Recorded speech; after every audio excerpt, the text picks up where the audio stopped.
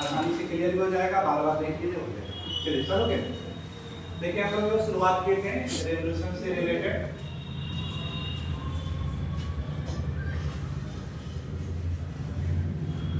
या इसी को कहा जाता था परिक्रमण गति का। क्या नाम दिया जाता है? परिक्रमण। परिक्रमण गति को समझने के लिए इन दोनों डेटाओं को ध्यान में रखना है। आगे कॉपरनिकस, मैं तो क्या बात कर रही हूँ। दूसरा है आपका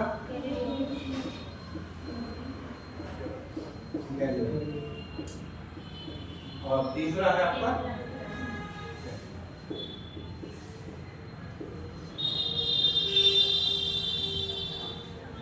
देखिए इन सब का क्या है, इन सब के सिद्धांतों को जानिए, लेकिन जानना उतनी बड़ी बात नहीं है। सबसे बड़ी बात है इसको व्यवहार में कितना अप्लाइड कर लेते हैं। और जब व्यवहार में अप्लाइड करना हो जाता है, आ जाता है, तो वही क्या होता है, मानव भूगोल का अंग बन जाता है। मतलब इनको केवल सैद्धांतिक पहलू में मत देखिएगा कि इनको क्यों जानना जरूरी है, क्या हमारे लाइफ स्किल में अधूरा हो जाता है। तो पता चलता है ये सब के सब क्या है, कहीं ना कहीं जैव विविधता को प्रभावित करते हैं, और कैसे करते हैं उसको समझना है। कॉपरनिकस की बात करें तो 1543 हेलियोसेंट्रिक थ्योरी दिया इन्होंने, और इनको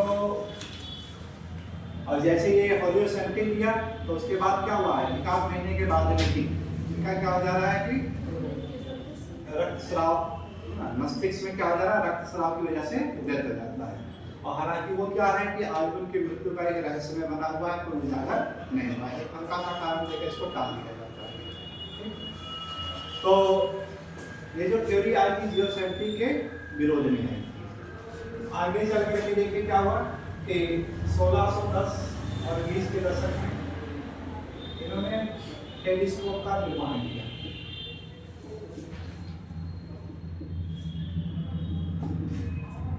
इस टेलीस्कोप के द्वारा इन्होंने नक्षत्र साथ तारों को देखना शुरू किया, और इसके अनुसार जो कॉपरनिकस ने जो बताया था उसी का ये रिसर्च करना शुरू कर दिया कि क्या इन्होंने जो बताया है हेलियोसेंट्रिक क्या वास्तव में सूर्य बीच में है और सभी जो पिंड है उनके चारों चक्कर लगा रहे हैं। तो इन्होंने इससे रिलेटेड सारी जानकारियां प्राप्त की और उसको उजागर करना शुरू किया। इनको सीधा क्या मिला कि इनको 1935 में अपने ही घर में नजर बंद कर दिया, जाइए और अपना देखें। अभी टेलीस्कोप को आपको देखने का अवसर ही नहीं है। बताया जाता है इनका टेलीस्कोप को जब्त करके म्यूजियम में रख दिया गया, यानी बस एक खाना पीना और बिस्तर यानी इनको दिया गया था, बाकी कुछ नहीं। और अंततः वहाँ पर ये क्या हुआ कि 11 साल तक है, 10-11 साल तक जीवित कर, उसके बाद ये। तीसरे आते हैं केपलर महोदय। गैलीलियो कहाँ के थे?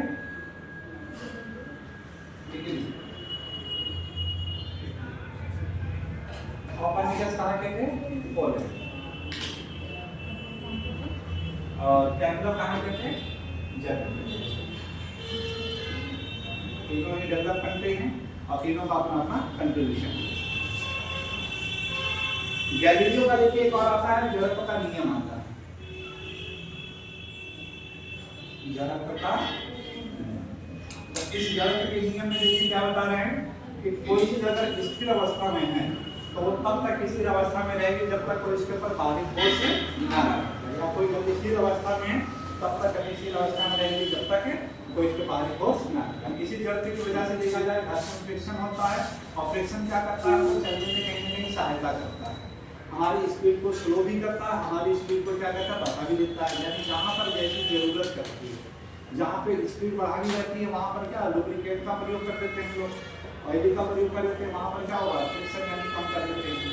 और जहाँ पे गति को कम करना रहता है वहाँ पर क्या करेंगे हम लोग कि उसको यानी फ्रिक्शन को बढ़ा देते हैं, खुरदरादार बना देते हैं। जैसे चप्पल ऊपर है, जूते उते हैं, ये सब क्या है, चिकना ना बना करके तलवे कैसे बनाए जाते हैं, इनके खुरदरेदार बनाए जाते हैं ताकि आसानी से हम लोग चल सकें। और जब वही कि आपके स्लीपर घिस जाते हैं या जूते के तलवे जब घिस जाते हैं तो क्या स्लीप करना शुरू कर देते हैं, तो परिणाम क्या हो जाता है, हमारा बैलेंस कहीं ना कहीं बिगड़ जाता है। तो कहने का मतलब क्या है, गैलीलियो बताते हैं कि संतुलन यानी कैसी अवस्था में आता है। इसी से रिलेटेड न्यूटन का आपका देखिए आएगा कि ज्वारभाटा में संतुलन का सिद्धांत आता है। गिलबर्ट का आएगा आपका गतिशीलता संतुलन का सिद्धांत आ जाता है। तो ये सब चीजें क्या होगा, गैलीलियो का कहीं ना कहीं आगे चल करके हम लोग पढ़ते हैं। फिर व्यवहार में देखिए हम लोग अक्सर है बाइक को चलाते हैं या फोर व्हीलर चलाते हैं, उसमें देखिए जब अचानक ब्रेक लगता है तो हमारा शरीर क्या हो जाता है, आगे की तरफ लग जाता है। ठीक, और इसी वजह से देखिए क्या होता है कि हेलमेट पहनना अनिवार्य किया गया है। हेलमेट बाइक में पहनना अनिवार्य किया है। क्यों किया गया है, अब इसलिए नहीं किया गया है कि टक्कर लगे तो आपका ब्रेक यानी इस तरह से, बल्कि इसलिए कहा है कि जड़त्व के नियम, गैलीलियो के नियम पर किया गया है। कि होता क्या है कि जब भी यानी ब्रेक लगता है तो हमारा बॉडी तो नीचे का तो रुक जाता है, लेकिन जो सर होता है गतिशील अवस्था में रहता है, वो सर कहीं ना कहीं जाकर टकराता है, और जब टकराता है तो क्या मोमेंटम उसका और ज्यादा बढ़ जाता है। इस वजह से क्या हो जाता है, उसमें चोट ज्यादा लग जाती है। तो इस वजह से हमें गैलीलियो के सिद्धांत में देखिए आता है हेलमेट का निर्माण किया गया है। फिर इसके बाद एयर बैग की बात करें तो एयर बैग का निर्माण है इसी वजह से किया गया है कि जो आपका एयर बैग था वो सर के यानी मुंह पर ही आपका लगता है। कारण क्या है, जब ब्रेक लगता है जब भी परिणाम क्या होता है, बॉडी का निचला हिस्सा आता है तो स्थिर अवस्था में आ जाता है, लेकिन ऊपर का अवस्था क्या हो जाता है, गतिशील हो जाता है, और उसी गतिशीलता के परिणाम क्या होगा, सर टकरा जाता है।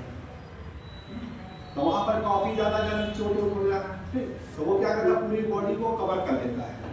तो इस तरह सेफ्टी के रूप में एयर बैग का रूप यानी कर लेते हैं। ये सब क्या क्या देखा जाए, ये सब जो आया है ये सिद्धांत के रूप में हम लोग देख करके इसको व्यवहार में हम कितना अप्लाई किए हैं।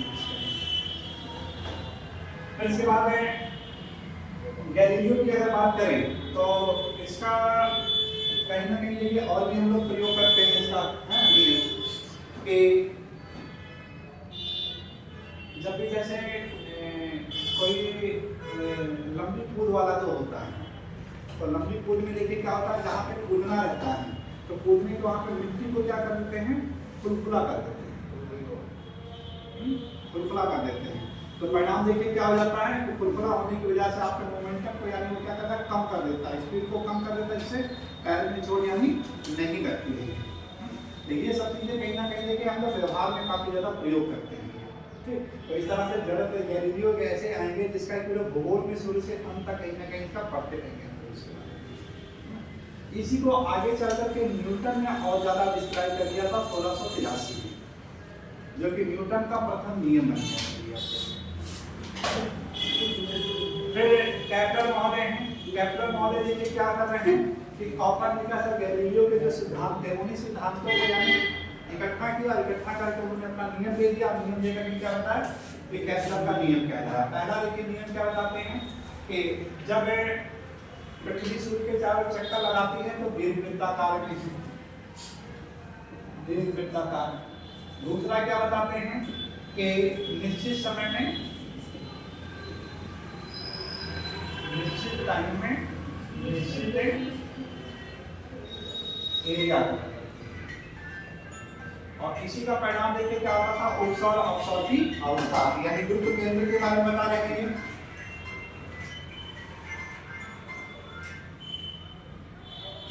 ये क्या है, गुरुत्व केंद्र के बारे में बता रहे हैं। अब गुरुत्व केंद्र के बारे में